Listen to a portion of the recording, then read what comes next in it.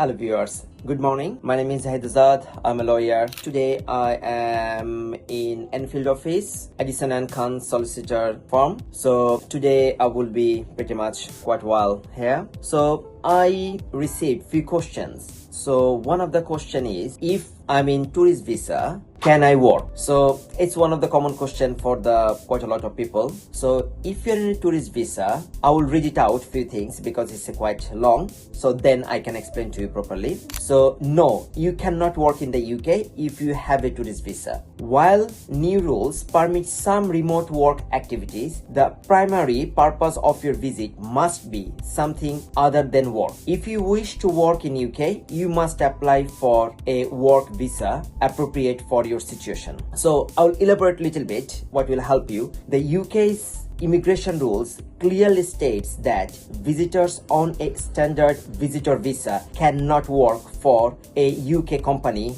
or as a self-employed person unless they are attending a permitted paid engagement. While some activities like attending meeting, conference or giving talks are permitted, these are considered business activity, not work. So we have some kind of like a intention, or few of us have intention when we are coming in UK as a tourist visa. We come here and do some work. So if the authority find out you are in a tourist visa and then working, you could be banned to enter to this country forever or for a certain time. So just try not to do it. And then the second things I wanted to discuss today is, what is the criteria to obtain a UK visit visa? So technically there is quite a lot of subjects or quite a lot of demand you need to fulfill. However, I will make it for simple way how to get a tourist visa and how you can get a better chance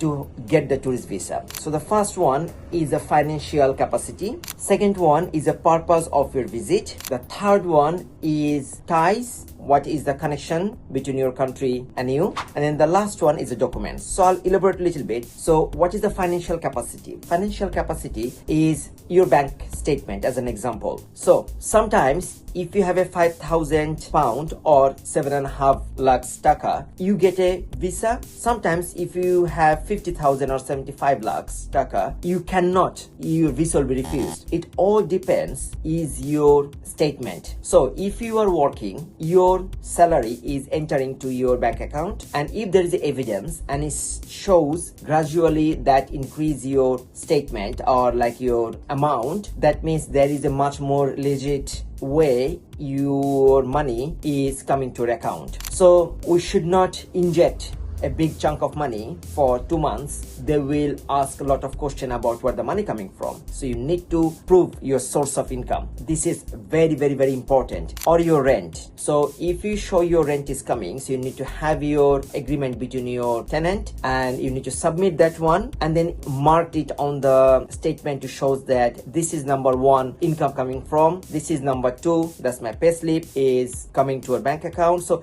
that's the way you need to elaborate your financial statement or financial capacity. Normally, if they're satisfied with your income balancing your account, or this is a good connection, this is a few hundred taka or pound is ups and down, that doesn't matter. Matter is a big chunk is matching with your source of income, then you are tick, you are green for that particular financial capacity sector. Second one is the purpose of your visit. So if you come here to see your friends, see your family, just wanted to visit, explore the country, there is a lot of ways you can prove it. So if you come to visit your friends as an example, visit your family member, so they need to provide a letter. It will prove your purpose of your visit is connected with the letter. And also you need to make sure while you're coming to visit your friends, you can explore the country, that's not a problem, but your purpose needs to be connected with the documents you're submitting. So the third one is the ties. This is one of the most important parties. So imagine you have a business in your country and you need to give the paper of your business. If you have, as an example, 2 grandchildren in your country and you're coming to see another grandkid in UK, so you need to show and you need to mention it, that's my 2 grandkid from that person, and there is another grandkid who lives in UK. I want you to visit that person, but because I have a 2 grandkid in my country, I will come back. Or I have one son lives in Bangladesh with me, another son lives in UK, so I'm going to visit that son. So you need to submit your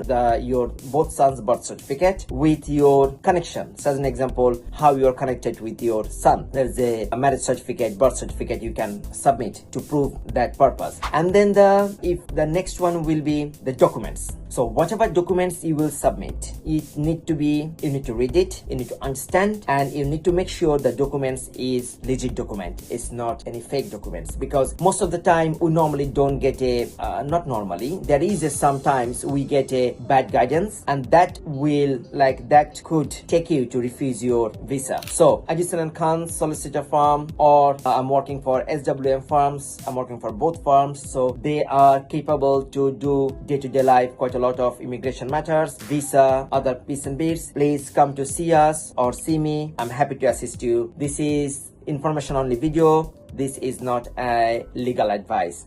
Have a great day, guys. Take care. Bye bye.